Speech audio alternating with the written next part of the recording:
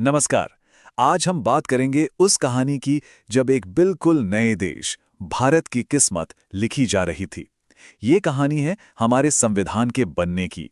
एक ऐसी कहानी जो जुनून, जबरदस्त बहसों और बड़े-बड़े सपनों से बुनी गई है। तो सोचिए, सबसे बड़ा सवाल क्या था? यही कि इतने विशाल, इतनी सारी संस्कृतियों और भाषाओं वाले देश के लिए एक कानून की किताब कैसे लिखी जाए? एक ऐसी किताब जो सबको मंजूर हो, जो सबको साथ लेकर चले। ये एक बहुत बहुत बड़ी चुनौती थी। वैसे अपना संविधान बनाने का ये जो सपना था ना, ये कोई रातों रात नहीं आया था। ये तो आज़ादी की लड़ाई के साथ साथ सालों से हर हिंदुस्तानी के दिल में पल रहा था। इस सपने को हकीकत में बदलने की कोशिशें तो बहुत पहले से चल रही थीं। देखिए, 1928 में नेहरू रिपोर्ट के तौर पर एक शुरुआती ड्राफ्ट तैयार हुआ। फिर 1934 में एमएन रॉय ने पहली बार एक संविधान सभा मतलब एक कॉन्स्टिट्यूएंट असेंबली बनाने का आइडिया दिया। और 1935 आते आते तो ये इंडियन नेशनल कांग्रेस की एक ऑफिशियल मांग बन गई। अब देखिए, मांग रख देना तो एक बात है, पर उसे अंग्रेजों से मनवाना वो तो बिल्कुल दूसरी ही कहानी थी। इसके लिए बातचीत और संघर्ष का एक लंबा दौर चला। अंग्रेजों ने एक के बाद एक कई प्रस्ताव रखे। जैसे 1940 का अगस्त ऑफर आया, फिर 1942 में क्रिप्स प्रपोजल। लेकिन हमारे नेताओं ने उन सबको एक एक करके खारिज कर दिया। वजह बिल्कुल साफ थी। भारत को आधी अधूरी नहीं बल्कि पूरी आजादी चाहिए थी। डोमिनेंस स्टेटस का मतलब था कि भाई घर के अंदर तो हम आज़ाद हैं, पर घर की चाबी अभी भी अंग्रेज़ों के पास है।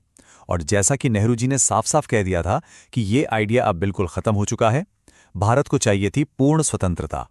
और फिर साल 1946 में आया एक बड़ा मोड़, कैबिनेट मिशन प्लान। इस पर कांग्रेस और मुस्लिम लीग दोनों राजी हो गए और बस यहीं से भारत का संविधान बनाने का रास्ता साफ हो गया। तो रास्ता तो साफ हो गया था। अब बारी थी उन आर्किटेक्ट्स को इकट्ठा करने की जो भारत की तकदीर लिखने वाले थे। ये जो संविधान सभा बनी ना, वो सच में एक छोटा हिंदुस्तान थी जिसमें देश के कोने कोने से लोग शामिल थे। कितने लोग? पूरे 389। जरा सोचकर देखिए, इतने सारे लोग एक साथ बैठकर पूरे देश का भविष्य लिख रहे थे। तो ये जो 389 लोग थे, इनमें भी दो तरह के सदस्य थे। 296 सदस्य तो ब्रिटिश इंडिया के प्रांतों से चुनकर आए थे और बाकी के 93 सदस्य देसी रियासतों के राजाओं ने नॉमिनेट करके भेजे थे। अब सवाल ये है कि इन सीटों का बंटवारा हुआ कैसे? बड़ा सोचा समझा तरीका था।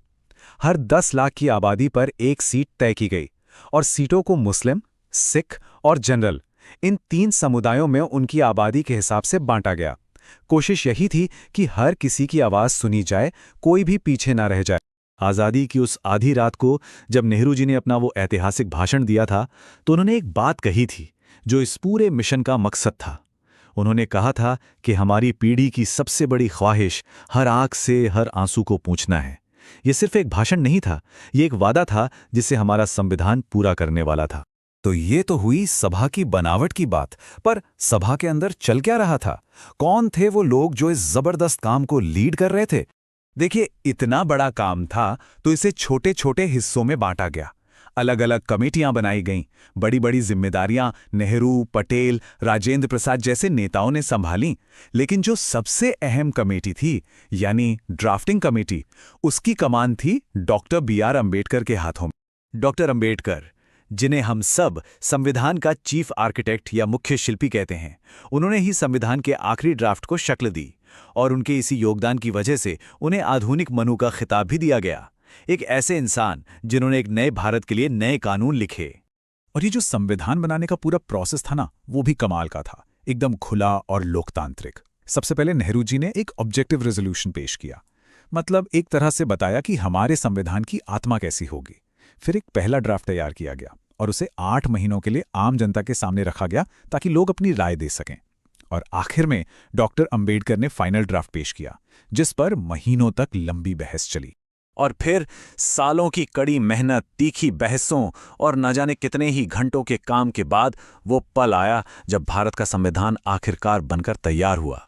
जरा इन आंकड़ों को देखिए तो अंदाजा होगा कि ये कितना बड़ा काम था। कुल 11 सेशन हुए। इन सेशंस में संविधान सभा की बैठकें 165 दिनों तक चलीं। हर एक क्लॉज पर, हर एक शब्द पर घंटों चर्चा हुई। और इस पूरे सफर में कितना वक्त लगा? पूरे 2 साल 11 महीने और 18 दिन।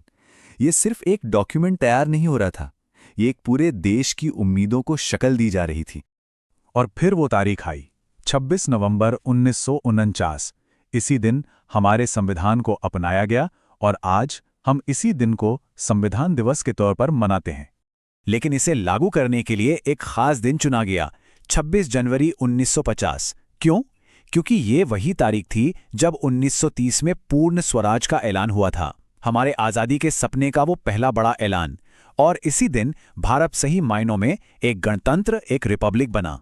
तो ये थी कहानी हमारे संविधान के बनने की, एक दस्तावेज जो एक ऐतिहासिक संघर्ष से पैदा हुआ। लेकिन ये सिर्फ इतिहास की बात नहीं है ना? असली सवाल तो ये है कि आज के दौर में हम सब मिलकर इस विरासत का क्या मतलब निकालते हैं और इसे कैसे आगे बढ़ाते हैं।